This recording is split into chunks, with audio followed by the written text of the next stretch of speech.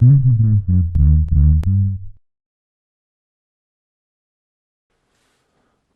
ovoj epizodi podcasta Bantustan sa nama je Nikola Olić, fotograf, putnik, Beograđanin i Amerikanac koji živi u Dallasu u Sjedinjenim Državama. Razgovaramo o njegovom životu u Teksasu, razlozima za odlazak iz Srbije, putovanjima, kao i o fotografskom stilu koji je sam izmislio, strukturnoj fotografiji. Nikola, dobrodošao u podcast. Lazare, hvala ti na pozivu, drago mi je da sam sa vama. Za početak, jedno lagano pitanje. Kada si i kako zavoleo putovanja? Veliki uticaj na moju želju za putovanjima i potrebama za putovanjima je bilo odrastanje u porodici jatovaca. Otac pilot, majka stewardesa, što znači dosta putovanja. Tako da su putovanja od uvek bila laka u funkciji toga da se dobijaju, da kažemo, besplatne karte od raznih jatovih partnera, ali i osim toga tu je bila želja i volja i oca i majke da se putuje i to je na neki način u tim uslovima bilo relativno jednostavno i to se u raznim drugim sferama života nastavilo. Tako da li sam putovao zbog sportova, zbog takmičenja, zbog posla, sad u ovom slučaju to je dosta putovanja zbog fotografije. Tako da nekako se putovanja uvek nađem načina da koristim putovanja u neke dobre svrhe. Odlazak sa Balkana je tema o kojoj se ovde razmišlja i razgovara gotovo svakodnevno. Koliko si već dugo tamo i kako si i zašto odlučio da odeš? U Americi sam od 92. godine, znači 29 godina, plus minus, i otišao sam da bi u Americi završio srednju školu, 4. godina srednje škole. U Beogradu sam bio u 6. Beogradskoj gore na Zvezdari, završio 3 godine i 4. sam hteo da završim u Americi, mada mi plan nikad nije bio da ostanem u Americi.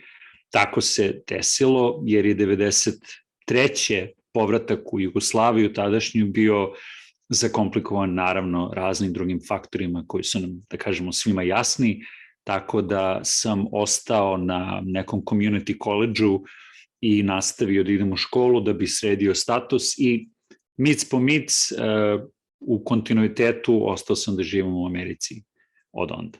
Drugim rečima, ti si otišao iz zemlje koja je nedugo potom prestala da postoji, ali si ipak prošao bolje nego Tom Hanks. Svakako, pa bilo je jedna, svakako ne mogu da se poredim sa Tom Hanksom, moj let, odlazak iz Beograda, to je bila poslednja grupa tih studenta koji bi došli da studiraju, da završi 4. godinu i rekli su nam da čak i ako nemate porodicu, možemo da stavimo lažnjaka nekog i to je bilo u mom slučaju. Rekli su da nemaju za mene još porodicu, nisam znao gde ću živeti godinu dana, tako da su rekli možemo da stavimo bilo čije ime, John Johnson u bilo kom gradu, samo da bi na papirima bilo da idem u Ameriku, tako da sam stigao u New York preko Budimpešte, tramvajem na Slaviju, busom u Peštu preko Frankfurta za New York i onda sam na JFK aerodromu bio u nekom motelu 4 dana čekajući neku porodicu u Americi da me prihvati da tu živim. Nisam imao porodicu. Tako da nije paćenje kod Tom Hanksa, ali sam kod dete od 17 godina u nekom motelu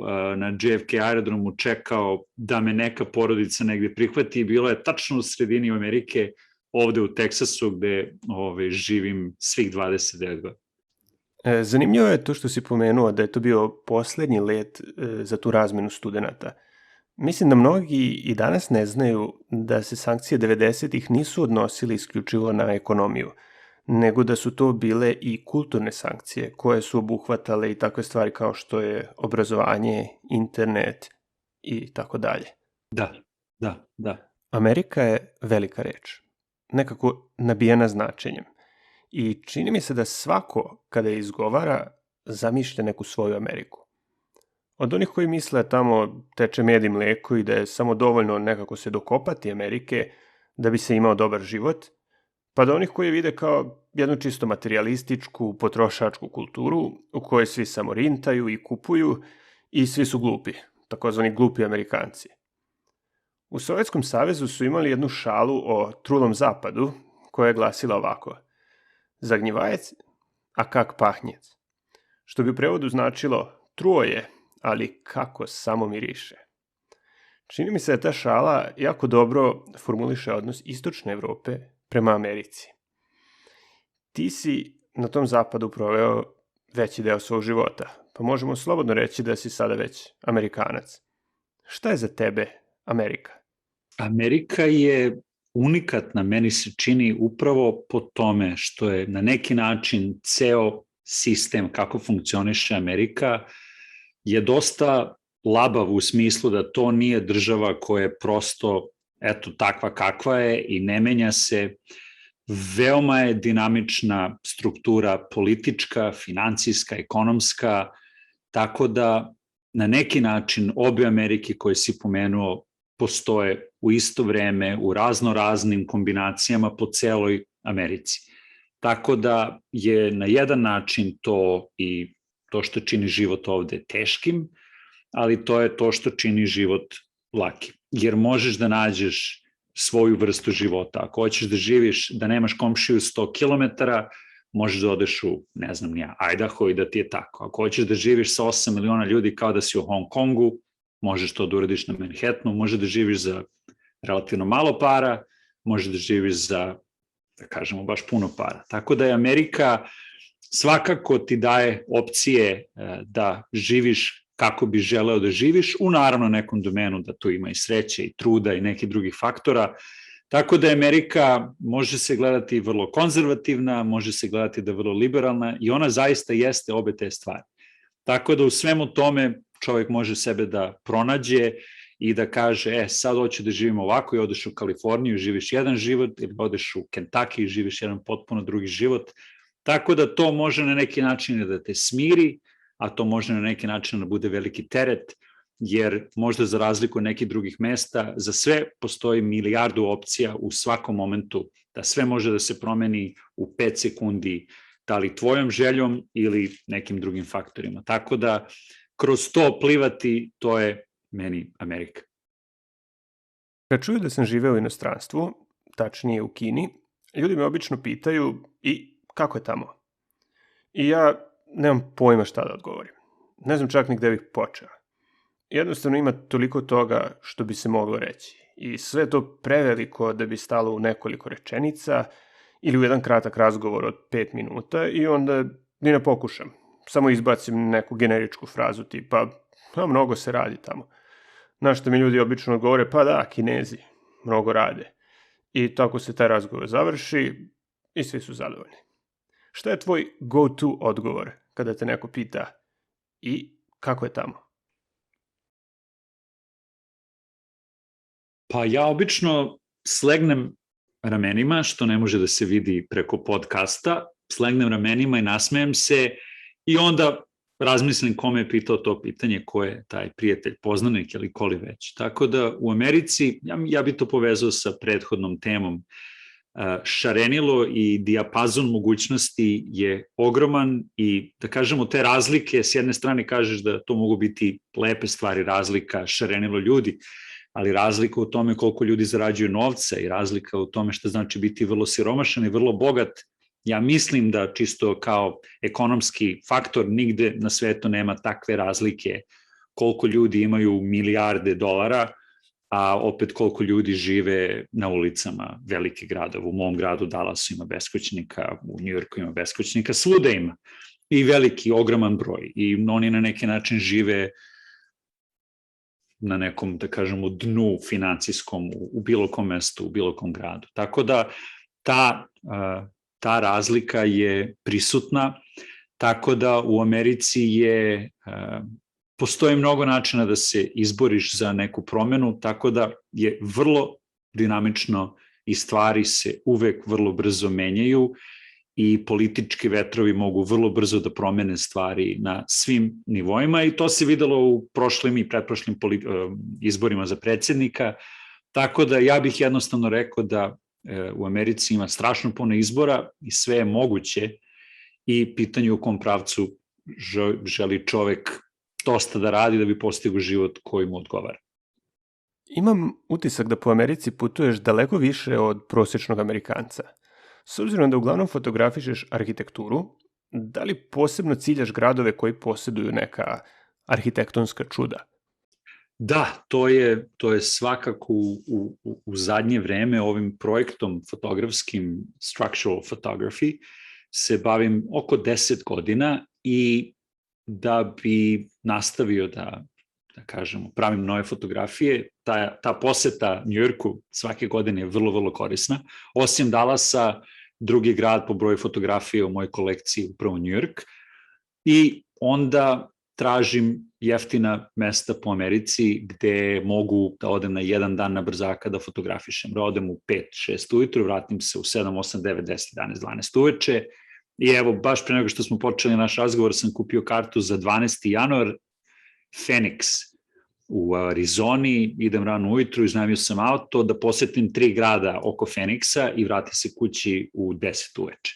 Tako da zato volim da idem po gradovima. Karte su jeftine ako kupiš napred i ako si ekstremno fleksibilan, a ja jesam, tako da na taj način putujem po raznim gradovima po Americi. Čekaj, da li sam dobro razumeo? Planiraš za jedan dan da obiđeš 3 grada i uveče se vratiš kući?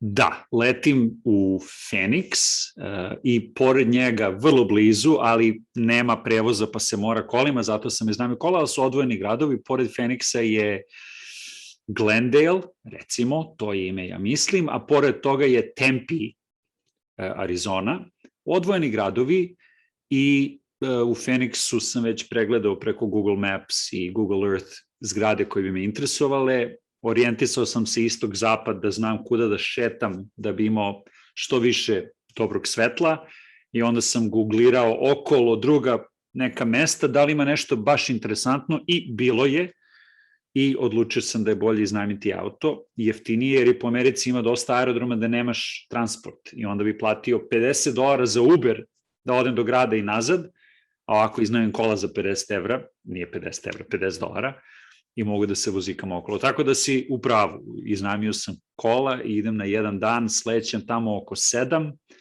i moram da se nazad na aerodromu oko 5, tako da imam koliko god je to sati da fotografišem. Verujem da ćeš brzo voziti i brzo hodati. Ja nisam brz vozač ikada, tako da volim da gledam okolo, gledam zgrade i razmišljam o životu, a brzo hodam svakako jer moram, jer imam ideju da iza svakog ćoška me čeka nešto novo i sunce će uskoro da zađe, oblaci dolaze, vreme prolazi i moram sve opcije, da li ideš levo, desno ili pravo, pa se vratim nazad pa izaberem drugu opciju i tako dalje. Zanimljivo mi je to da u jednom danu negde odletiš, proskitaš, fotografišeš i vratiš se. Verujem da je za to potrebna baš ozbiljna motivacija. Nakon povratka na Balkan, jedna stvar koja mi upada u oči kao onaj čuveni obrnuti kulturni šok jeste jedno generalno odsustvo motivacije. Zanima me šta tebe pokreće da kupiš kartu, odeš na aerodrom, letiš, voziš se od aerodroma, ceo dan skitaš, hodaš, fotografišeš, onda opet nazad na aerodrom, pa čekanje, let, vožnja kući. Mislim da bi mnogi to doživjeli kao kaznu, a ne kao način da provedu svoj slobodan dan. Kako si uspeo toliko dugo da održiš tu motivaciju? Svakom na svetu bi poželao jednu jedinu stvar, a to je da rade stvari koje vole, odnosno da nađu stvari koje vole. Jer onda, po čistoj definiciji toga, onda to uopšte nije veliki trud i veliki problem, to je uživanje. Tako da li je to pčelarstvo, da li je to navijanje za Zvezdu ili Partizan, da li je to kuglanje, da li je fotografija, da li je kombinacija fotografije i putovanja, a to je, čini mi se, kod mene. Tako da to želim svima na svetu, meni je to fotografisanje i putovanje. Tako da to je zadovoljstvo kao bilo šta drugo što ljudi vole da rade. Na neki način jeste puno, ajde da kažemo, akanja, odnosno puno koraka da se do toga dođe. Nađi kartu, kupi kartu, kockaj se da će vreme biti dobro, sve to stoji da to ima puno truda, ali to je najlepša stvar na svetu jer to volim da radim. Tako da odlazak ujutru u 4 ili u 5 to je sa osmehom i žrtva noći pre toga da odem na spavanje u 6 popodne je nikakav problem i vratiti se nazad sa 500, 600, 700 fotografija koje neću pogledati sigurno nedelju ili dve, ali znati da možda će biti jedna ili dve vredne, to je prosto veliko zadovoljstvo i osmeh na licu. Tako da jeste to puno energije, ali ide u pravom pravcu koje je apsolutno zadovoljstvo. Čak i ako pada kiša, uvek je plan B, nađi neki muzej, iščetaj se okolo i posmatraj neki drugi život i drugi grad. Ne tražim entertainment, ne tražim zamajavanje, nikad ne radim turističke shopping stvari, nego prosto posmatram i ljude, a uglavnom zgrade. Tako da je veliko zadovoljstvo i to apsolutno svako na svetu želim. Moja cela kolekcija počela daleko posle moje 30. godine, tako da možda ću se umoriti u nekom momentu, ali za sad imam dovoljno energije. Drugim rečima, nisi prerano počeo. Tačno na vreme. Tačno na vreme. Kada ljudi mnogo putuju, tokom više godina ili decenija, verujem da u jednom trenutku shvate da samo putovanje više nije dovoljno. Izgubi se ta draž novog i drugačijeg ako vidiš dovoljno novog i drugačijeg i ako stalno gledaš nešto novo i nešto drugačije. I onda mnogi osete da im je potreban neki projekat koji bi vukli za sobom. Recimo putuju pa usput bloguju ili fotografišu ili ako ništa drugo makar dele utiske sa tog putovanja putem svojih naloga na društvenim mrežama. Možda je tvoja tajna u tome što si uspeo da sebi osmisliš jedan složen, dugoročan projekat koji se ne može brzo završiti i potrošiti. Ja mislim da ima u tome neke, da kažemo, posebne energije da posle putovanja izborom fotografija na neki način postoji neka struktura oko toga. Bio sam na nekom mestu, evo jedne fotografije ili 2 ili 3 sa tog mesta. Meni to intelektualno i emotivno povezuje sa tim mestom i imam razne rigorozne strukture i logiku kakve fotografije i kad objavim, da li će to biti 2 fotografije iste zgrade, koje su malo različite. Tako da ima tu celokupna priča koja se na neki način na kraju projektuje na toj kolekciji fotografije i onda tu ima neki svoj život. Onda te fotografije žive, prikazuju se, izlaze po raznim novinama, web sajtovima, što postaje opet neka nova priča. Tako da upravo si sve to spojeno što se mene tiče, ali ono što si rekao što se tiče putovanja, meni putovanja i da nema fotografisanja, ja na neki način mislim da upravo zato što volim putovanje, iz toga se izrodilo da primećujem stvari, iz čega se izrodilo da pravim fotografije koje pravim. Meni se prosto, sve se uvek menja, uvek je odlazak negde, ljudi su drugačiji, sve se menja i sve mi je interesantno i ja bi zato želeo da živim zauvek i da smrti nema i da mogu 100.000 godina ovo da radim, jer prosto antropološki život je interesantan i ljudi su interesantni, ne moraju da budu lepi, ne moraju da budu kvalitetni, ne moraju da budu korisni, prosto je interesantno kako se živi, a na neki način šta se gradi oko nas, ja to volim da fotografišem, mada ni jedne fotografije, osim slučajno mi je negde uletela neka osoba na terasi, ja nigde nemam ljudi na fotografijama, volim slobodu toga da su to samo apstraktne geometrijske strukture, a da ti zapravo nemaš pojma je li to veliko ili malo ili blizu ili daleko. Tako da sve je ovo beskrajno interesantno i uvek mi je bilo i na neki način naći načina da to onda postane neka kolekcija fotografije samo za sebe, interesantan projekat koji se onda nastavlja u nekom drugom pravcu. Podsjetio si me na jednog poznanika koji ne voli da putuje i koji obično kaže neću da idem po svetu da gledam zgrade. A to je upravo ono što ti radiš. Ideš po svetu i gledaš zgrade i čak ih i fotografišeš. Čak si izumeo i svoj sopstveni fotografski pravac za koji si skovao naziv strukturna fotografija. To je fotografija koju bismo slobodno mogli nazvati apstraktnom, čiji je fokus na strukturi, na geometriji. Mene tvoje fotke podsjećaju na formu zen koana, veoma kratkih priča čiji je cilj da nas svojom originalnošću, a često i bizarnošću, gurnu, tako da iskliznemo iz uobičajene percepcije stvarnosti, sagledamo je sa druge ravni i tako doživimo prosvetljenje. Cilj tih koana, tih pričica, je da u nama probude sumnju u to da li je stvarnost koju vidimo jedina koja postoji ili se ceo naš život i ceo svet mogu posmatrati i sasvim drugačije i samim tim imati i drugačija značenja od onih koje mi celog života pridajemo. Meni se čini da nam tvoje fotke omogućavaju upravo to, da neke stvari koje su sve vrijeme tu oko nas vidimo na jedan nov način, onako kako ih nikad nismo videli. Da li to ima smisla ili sam promašio temu? Potpuno si ubo temu, upravo se o tome radi na jedan vrlo jednostavan način, ne neko prazno pričanje o gledati život na drugi način. Sva umetnost je to na neki način, tako da kod mene je to, ja mislim, više bukvalno da se o tome radi, da ja nisam arhitekturalni ili arhitektonski fotograf, zato što je moj posao bi onda bio idi tamo i nađi fotografiju gde ta zgrada izgleda super da bi se prodala ili da bi se ne znam nija šta.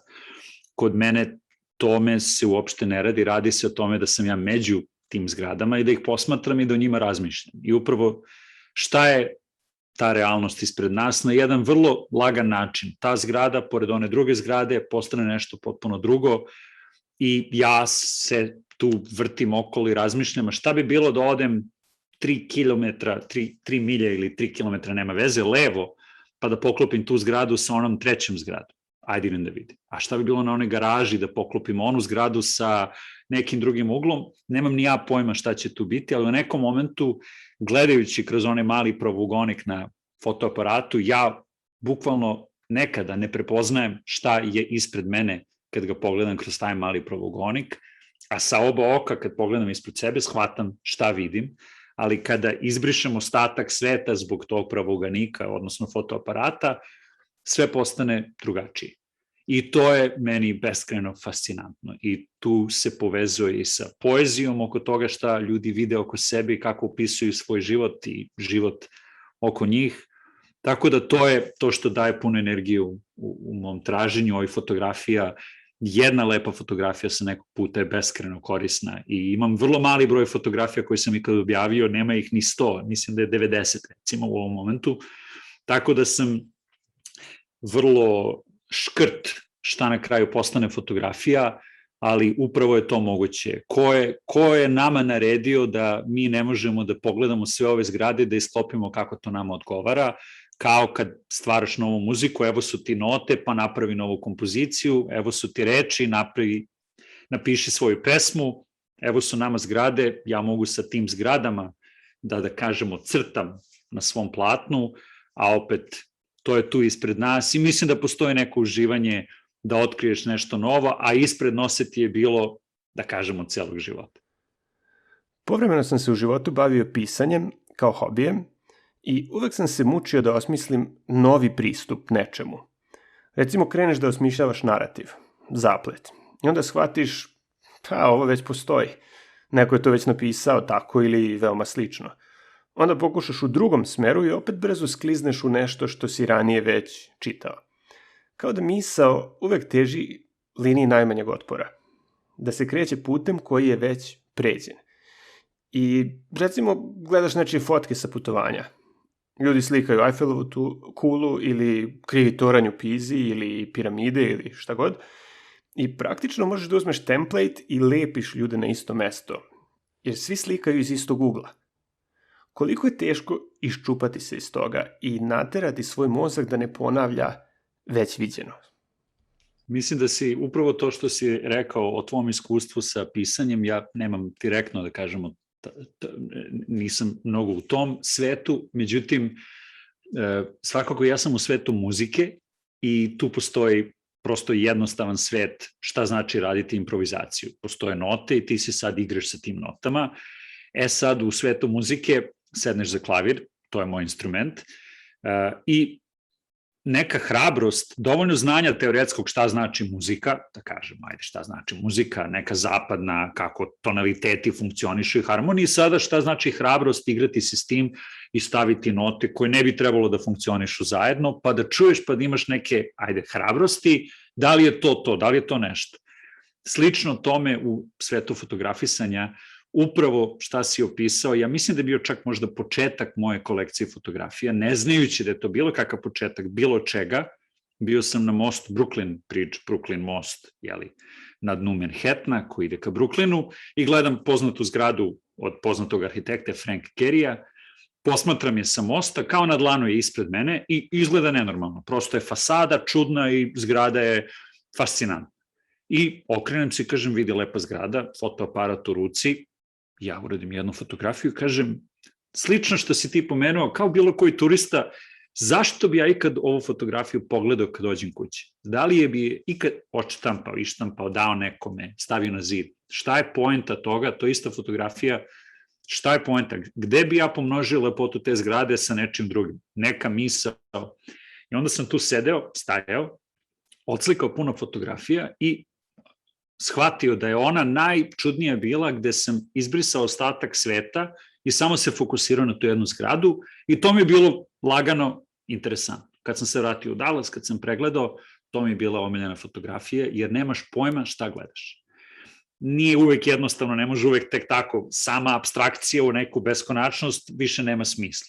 Tako da mislim da u svojim fotografijama tragam za tim da abstrakujem i izbacim koliko god mogu, ali da je to i dalje povezano sa nekom realnošću koju svi delimo i to je upravo taj balans između familiarizacije i defamiliarizacije. Znam da vidim to što vidim, čekaj na moment si me zezno, aha, opet kapiram gde sam, ali nisam siguran i to se dešava kad stanem ispred zgrade i posmatram i razmišljam nekad dosta dugo, nekad godinama, ima jedna fotografija, godinama sam pokušavao da fotografišem operu ovde u Dallasu i ovako bi pesnicom ka zgradi pokazivao, jer bukvalno ne znam šta da radim s njim. Lepa zgrada, ali ja sam glup, ne znam šta da radim s tom lepotom.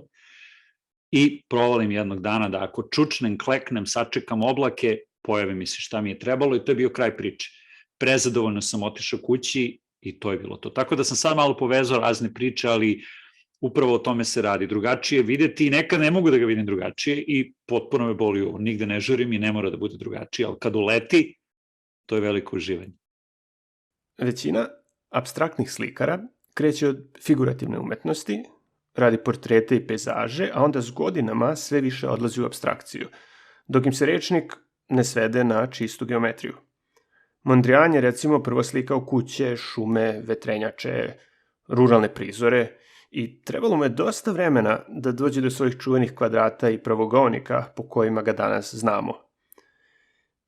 Možda je neki umetnik prešao i obrnut put, od apstraktnog ka figurativnom, ali ja ne znam nijednog. Da li je i kod tebe taj proces tekao tako? Od figure ka geometriji? Kod mene nije bilo, u mojoj fotografiji nije bilo neke promene iz jednog u drugi, u treći stil, da kažemo, iz figurativnog u više apstraktno. Cijelog života sam fotografisao čisto zato što putujem, kao što sam pomenuo, pa eto imam fotoaparat i navikao sam da fotografišem i da imam neki lep album na kraju da mogu da prelistam fotografije i to je taj put. Ova, da kažemo, kolekcija fotografija je manje više počela sa tom fotografijom na Brooklyn Bridge-u, na Brooklyn mostu i to je bio početak gde sam shvatio da je moguće videti neke stare fotografije i u njima naći nešto novo, ako bi to kropirao u Photoshopu i isekao okolo, da nađem tačno šta mi odgovara. Tako da ovo nije bila priča da sam ja fotografisao gradove arhitektonski na jedan način, pa se to pretvorilo nešto drugo. Ja sam od uvek voleo da putujem i fotografišem i u jednom momentu je to dosta drastično krenulo u jednom drugom pravcu, gde tada sam osetio neku čudnu novu, ajde kažem, energiju, ne mislim to preterano komplikovano, nego prosto vidi ovu ideju, ovo je dosta interesantno, ova fotografija možda vredi pogledati kasnije. I onda sledeći put je bio recimo Chicago i onda mi tu mozak još malo više poludeo u Chicagu i od onda to je počelo da raste velikom brzinom i eksponencijalno, tako da ja sad u glavi imam 15 ideja gde samo tražim da se nešto potrefi negde u nekom gradu, možda će biti u Feniksu u januaru, i imam ideju kako i šta bi bilo lepo da postoji. Samo ja ne mogu da ga nađem, ne znam gde je u ovom svetu, ali kad bi se potrefilo da ova zgrada ili ova bandera ili ovaj ugao, tako da ideja ima puno, ali to je od uvek počelo iz ove kolekcije fotografija, nikad nisam imao kolekciju drugačijih fotografija, to je od uvek bilo to i nema neke velike razlike između tih prvih fotografija 2013. 12. i sada. I dalje su neke od najjačih fotografija sa samog početka moje kolekcije i kad kažem najjačih, to je više interesantno šta se objavi, šta urednici traže od mojih fotografija, dosta ima tu da se nauči čisto fotografski kako taj svet funkcioniše. Tako da ja nisam mnogo lelujao i tražio sebe u svetu fotografija. Kad je počelo da bude to što jeste, ja sam nastavio da kopam što više mogu u tom pravcu i to je to. Sad mi pada na pamet da se jedna američka umetnička škola bavila upravo čistom apstrakcijom, a to je naravno apstraktni ekspresionizam. Pa se čak i pričao da neki od njih tako slikaju jer nemaju talenta i jer nisu u stanju da naslikaju ljudsku figuru. Dobro, posle se ispostavilo da ih je CIA finansirala, da bi Ameri imali svoju umetnost koju bi za vreme hladnog rata mogli da suprotstave sovjetskom socrealizmu. Da. Kad sam već kod američkih slikara, na svom sajtu kao jednog od svojih uzora navodiš Edwarda Hoppera. Za njega se često kaže da je uspevao da dramatizuje svakodnevne prizore, da u statične prizore unese unutrašnju dinamiku. Da li je to i tvoja namera i da li tvoj stvaralački proces uopšte polazi od neke namere? Nema namere u mojim fotografijama, nema nikakve unapred smišljene priče, osim neke ideje da bi neka struktura, zgrada, bila interesantna. Šta znači biti interesantan? Ja nemam pojma, dok ne nađem nekog načina da kažem, ovo mi je interesantno. I u tom momentu mi možda i padne na pamet neko ime za tu fotografiju, volim da se poigravam sa tim, nekad otkrijem neke stvari imenom, nekad ih još više zamumuljem, da nije jasno o čemu se radi, ali često uz fotografiju dam i opis, neka kratka pričica, rečenice ili dve, da dam kontekst o čemu se tu radi. Tako da ja nemam nikakve plan i program, niti razmišljam mnogo o nekakvim emocijama, zaključcima, nekom social komentari o bilo čemu oko nas, prosto to nije deo moje priče u ovim fotografijama, jer ja ne razmišljam o tome, ovo je grad, ima puno siromašnih, pa ja sad prikazujem ne znam šta. Postoji fotografija koja se time bavi i to su neke potpuno drugačije priče. Tako da, što se tiče Edwarda Hoppera, dramatizacija, ono što on postiže, ja u tome vrlo uživam i meni lično vizuelno, opet izbacujem neke emocije, da kažem izbacujem i razmišljanja o tome da li je dramatično ili nije, meni vizuelno to što čak ima nekog uticaja na moje fotografije, da je ceo prostor fotografije vrlo lepo popunjen. Nema neke velike dubine, Edward Hopper nema dubine u dosta svojih fotografija, vidiš ti da je tu nekad, vidiš da je zgrada iza, ali slično mojim fotografijama ta percepcija šta je koliko daleko od čega, ja to pokušavam da izgubim jer mi je lakše da radim u dve dimenzije. Odnosno na neki način sravnim trodimenzionalni svet u dve dimenzije, ali kako to raditi da izgleda prirodno u tvom mozgu, tu treba malo vremena. Tako da Edward Hopper mi je prosto vrlo jednostavno jedan od najinteresantnijih slikara i evo u dnevnoj sobi mi je Edward Hopper. Nije original, nažalost, jedna kopija Edwarda Hoppera mi je tu, ali ogromna kolekcija Edwarda Hoppera je u Whitney muzeju u Njujorku, tako da svake godine se prošetam kroz njegovu sekciju i uživam posmatrajući njegove slike. Mogu samo reći da mi je veoma drago što si se odupro tom porivu ili možda trendu da svom radu pridaš neki viši metafizički, društveno-politički smisao. Mislim da mnogi ljudi, čak i kada rade nešto što vole, imaju snažnu potrebu da to sebi ili drugima predstave kao nešto čime istovremeno ispasavaju svet. To bi bilo vrlo američki. Ja to ne radim. Primetio sam da tvoje fotke imaju i kratko tekstualno objašnjenje, koje nam obično govori šta to gledamo ili možda na koji način da gledamo. I uopšte mi je zanimljiva ta tradicija imenovanja vizualnih dela. Recimo, odeš u muzej i vidiš ulje na platnu gde dečak vodi konja pored potoka, a pored slike piše dečak vodi konja pored potoka. Ili piše plava violina i sad ti zbunjen gledaš u to i razmišljaš, da. Da, dva različita pravca. Taj sa plavom violinom to je nešto više kao kineski jelovnik. I kada naučiš jezik dovoljno da ga pročitaš, shvatiš da se jelo zove 7 purpurnih oblaka ili tako nešto. U slučaju kineskog jelovnika definitivno bih rekao da je tekstu potrebna fotografija. Ali da li je fotografiji potreban tekst?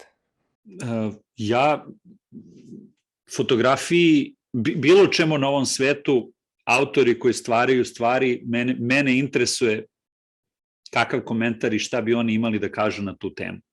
To je moje lično uživanje. Tako da li fotografiji treba tekst, ja bi to malo drugačije rekao ili upitao pitanje, da li je tebi interesantno za nešto što ti se dopada da saznaš malo više od onog koji je to napravio, i moj odgovor tome je da. Tako da ako ja gledam, čak i ako je to plava violina ili te zbuni ili te naljuti ili ti nije jasno ili zašto umetnik ima celu seriju slika koje se zovu Untitled 1, 2, 3, 4, 5, 6, 7, 8. Zašto nisi dao imena? A ako nisi dao, je li ima neka priča uz to? Tako da samo u tom kontekstu meni je tekst uz fotografiju koristan, jer mi dodaje mom razumevanju osobe koja je napravila tu fotografiju. Isto to bi primenio na skulpturu, obožavam Brankusija, isto to bi primenio na slikarstvo, na neke par fotografa koje pratim, čije fotografije volim. Tako da ja bih rekao u tom smislu. Naravno, istorijat pisanja o fotografiji, kako pisati o fotografiji, koliko je potrebno, koliko to menja, šta ja vidim, ako pročitam puno o tome, dosta o tome razmišljam i baš sam u nekom intervjuu nedavno zaključio kroz razgovor sa par drugih, da kažemo, ljudi iz sveta fotografije i da dosta moja fotografija, sama fotografija nije mnogo potrebna. Kad sam stvorio tu ideju i stao gde sam stao, mogu da ti opišem o čemu se radi i da kažem u Italiji, u Milanu, zgrada puna zelenih balkona, jer je to novi trend u Italiji, da to bude kao zdrava zgrada puna svežeg vazduha. Ta zgrada je u obliku drveta koje je pored te zgrade i sad na neki način iz zgrade imitira to drvo, a drvo imitira tu zgradu i to je to. Ti ni ne moraš da vidiš tu fotografiju, ako ti je moja ideja interesantna šta sam opisao, onda je to već dovoljno. Onda si ti već kao, pa čekaj, znači zgrada može da liči na drvo, a ta zgrada kopira drvo kao zelena je, a drvo je slučajno. Ako je tebi to interesantno, moja fotografija ti čak možda ni ne treba, jer si u glavi već sklopio tu priču. Ako je ti interesantno, super, ako nije, isto super. Tako da svakako razumem da postoje načina da se reč i fotografije spoje. Meni je samo interesantno jer daje uvid u mozak te osobe koja je stvorila taj vizualni sklop. Verujem da je kod tvojih fotki to često i potrebno, jer ja obično i ne znam šta to gledam dok ne pročitam. Da. I upravo zbog toga jedno od najčešćih pitanja koje je potpuno na mestu, da li ovo stvarno postoji? Jesi ti uzeo 2 zgrade i samo ih u Photoshopu stavio jedna do druge i lepo ih onako sklopio? Tako da to je sa svim pitanja na mestu, jer nekada, kao što sam pomenuo ranije, ja samog sebe zbunim šta ja to vidim, a ja stojim ispred te zgrade, ali kad si u tom pravougoniku fotoaparata, upravo uradi šta treba da uradi.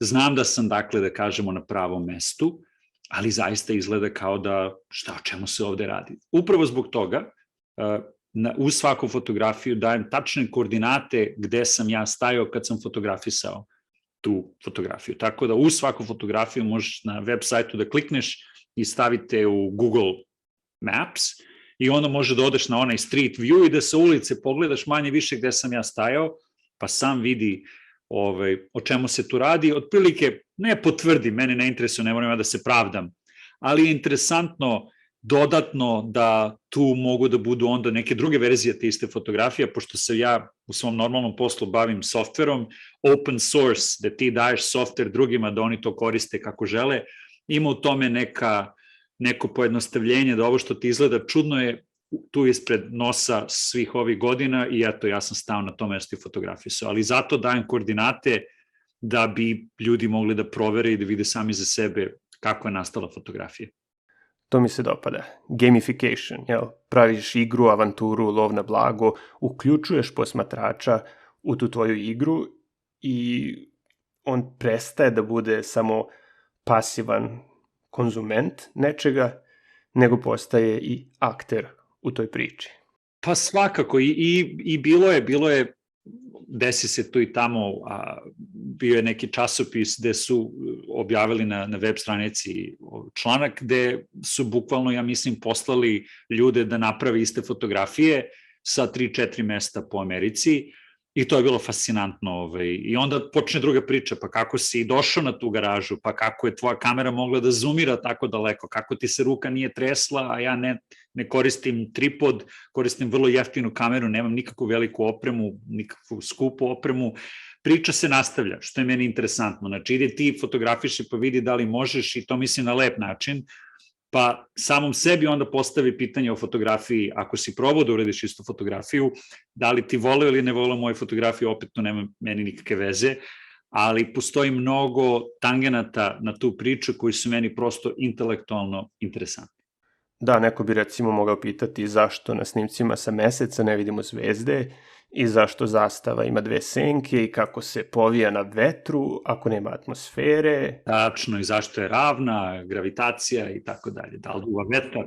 Isto tako vi zna se mogu da kažu, slušaj, ti ako želiš, evo ti koordinate, idi, probaj, snimi. Da, mislim, idi pa proveri. Tako da, mislim, naravno, prosto to je sad tako, da ti koordinati su tu, čak i s tim koordinatima možda u softveru nešto interesantno uradim u nekom momentu da ja sam na nekoj mapi pokažem gde su sve te stvari. Nema potrebe da se komplikuje, za sada ima tu neko svoj čar. Svakako volim da kažem da sam u kom sam gradu, čak bi dao adresu, ali koordinate ti daju tačno u kvadratni metar, manje više, gde sam ja stajao i to je to. I meni je interesantno da to zapamtim do kraja života. Eto, tu sam bio tačno na toj tačci. Tvoje su fotke objavljivane u mnogim renomiranim medijima. Na stranu sva mišljenja o političkoj orijentaciji ovog ili onog medija, oni imaju dugu tradiciju i samim tim ih možemo posmatrati kao neko merilo tvog fotografskog uspeha. Kako je do toga došlo i kako si se ti osjećao u tim trenucima, tipa kada su ti fotografije izašle u New York Timesu ili Guardianu? I da li je to imalo neke posledice? Da li je to nekako uticalo na tvoj život ili na tvoj fotografski život? Svakako su manje ili više uticale na moj fotografski život. Upravo da li New York Times, da li Guardian, da li neka druge medijske kuće koje su objavile fotografije. Do toga dolazi tako što ja sve to guram sa moje strane. Izaberem načina da pišemo svoje fotografije, vraćamo se na onu temu u tom kontekstu kako nekom na brzaka, nekom uredniku koji ima 1000 drugih email pitches, kako bi to rekao, ponuda preko emaila, vidi moje fotke, vidi moje fotke, vidi moje fotke, svakako kako tu biti sposoban, pametan, da se to uredi na način koji ima smisla da to neko pogleda. Tako da tu pisanje o fotografiji, napisati kratko i sažeto je mnogo teže nego pisati puno i blebetati o fotografijama. Tako da sve to moj trud u smislu nemam PR kompaniju, nemam neku agenciju koja to radi, nemam konekcije neke pa da Pera zna Žika radi u New York Timesu, nego je čisto koji bi ja to mogao naći. New York Times sam pokušavao godinama preko njihove sekcije o arhitekturi i tu nije bilo prostora, pa sam pokušavao na neke druge načine, na kraju bilo preko sekcije za putovanje. I oni su radili vrlo interesantan kviz da ljudi pogađaju gde je ta fotografija. Tako da sve to lični trud i biranje gde to valja, da kažemo, gurati. Tako da New York Times, kad izađe na tako nekom velikoj medijskoj kući, svakako to vrlo pomaže kad to negde drugde pokušavam da plasiram. I to su vrlo interesantne stvari, prosto kako svet funkcioniše. Čak i ako neki urednik ne zna da li bi ih prihvatio ili ne, pa čeka, ako on bio objavljen u New York Timesu i u Wired časopisu i u Washington Postu, šta ja znam da li su ovo dobre fotke, ali ajde da ih objavim. Tako da tu svakako ima neka inercija u pozitivnom smislu, neka svoja energija se nastavlja i ta, što se kaže, grudva snega prosto raste donekle. Ne mora ništa da znači što sam bio u New York Timesu, to je nekom i dalje dosadna fotografija, tako da svakako postoji limiti i na meni je da guram sve to, tako da svakako koristim sva mesta da sam bio objavljen, kada dalje negde pokušavam da plasiram fotografije ili nastavim i dalje sam u kontaktu sa New York Timesu i trebalo bi uskoro još jedan sličan članak da izađe sa novim fotografijama širom sveta gde ljudi pogađaju gde su. I da samo kratak komentar dam na kraju ove priče o tim medijskim kućama, svakako postoje konsekvence kad se objave fotografije o nekim većim časopisima. Interesantno je i o tome učiti. Jednostavne neke stvari koje sam primetio, koje bi možda bile slušalcima interesantne, od svih medijske kuće New York Times je, ja mislim, 10 puta bio uticajniji od bilo čega drugog, mada sam ja očekivao recimo biti u Wired časopisu, tu sam očekivao, prosto znam koliko je popularan časopis, pa sam onda ja posmatrao šta se desi dan posle. New York Times to je eksplodiralo. I do dan danas ima odjeka toga, to je bilo pre 1.5 godina, da me ljudi kontaktiraju, da sam dosta fotografija prodao, da sam sarađivao sa galerijama i neke izložbe se iz toga polako dešavaju. Tako da New York Times je izrazito bio uticajan, a interesantno je lokalne novine u Dallasu, kad sam izašao najvećim novinama ovde, Dallas Morning News, to je imalo ogroman uticaj po gradu, po prodaji fotografija, po raznim drugim izložbama, ali sam bio na naslovnoj strani dnevnih novina ovde, kao što sam trenutno u politici svake srede, što mi je dosta čudna stvar da se to već 3 godine dešava, politika je drugačija od bilo kojih drugih, američkih, ali sve to ima neke svoje lepe posledice posle toga, ali svakako New York Times je bio najveći. Čekaj, politika, to nije ono nešto staro, granulirano, dosadno, crno-belo. Jesu to crno-bele fotke? U našoj politici svake srede oni to uredno objavljuju u boji na ne znam koji deo feljtona nekog u velikom formatu, već 3 godine i super izgleda, u stvari nije baš uvek super izgleda, nekad oni to iseckaju kako ne treba, ali nažalost ne mogu to da kontrolišem, tako da ja mislim da već 3 godine svake srede objavi 1 ili 2 moje fotografije na cijeloj stranici. Da, urednik uvek ima poslednju reč. Tačno tako, naučih to, da. Za kraj imam 2 pitanja. Prvo je, zašto ti je važno da otputuješ i vratiš se istog dana? A drugo je, da li je istina da u američkim hotelima uvek postoji Biblija u fioci onog noćnog ormarića? Govorit ću prvo pitanje, važno mi je zbog normalnog života, posao, povratak kući, devojka, kučići, čisto obaveze, jednostavnije je konceptualno otići na jedan dan, manje se oseti, primeti da nisam tu. Primeti u smislu da mi treba 1 dan da ne radim, da mi treba 2 dana da ne radim. Magda mogu da radim kad putujem, ali ja samo fotografišem, ne bi da radim.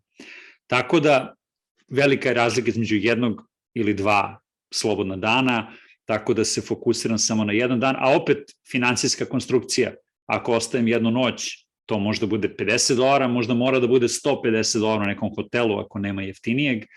To prosto menja finansijsku konstrukciju i na to posmatram koliko sve to košta da bi mogu što više da putujem. Tako da zato volim da odem na 1 dan i nije mi nikakvo akanje da se vratim kući istog dana, to mi čak sve dosta prije. A ovo drugo, što se tiče Biblije, da, ja bih rekao u ogromnoj većini hotela, u fioci pored kreveta je Biblija u svakom hotelu. Svakako u jeftinijim hotelima, svakako onim malim hotelima, po malim zabitim Amerike, to je vrlo normalno, a i u većim hotelima i skupljim hotelima to je vrlo, vrlo česta stvar, da se nađe 1 kopija Biblije odmah pored kreveta u fioci i ništa drugo.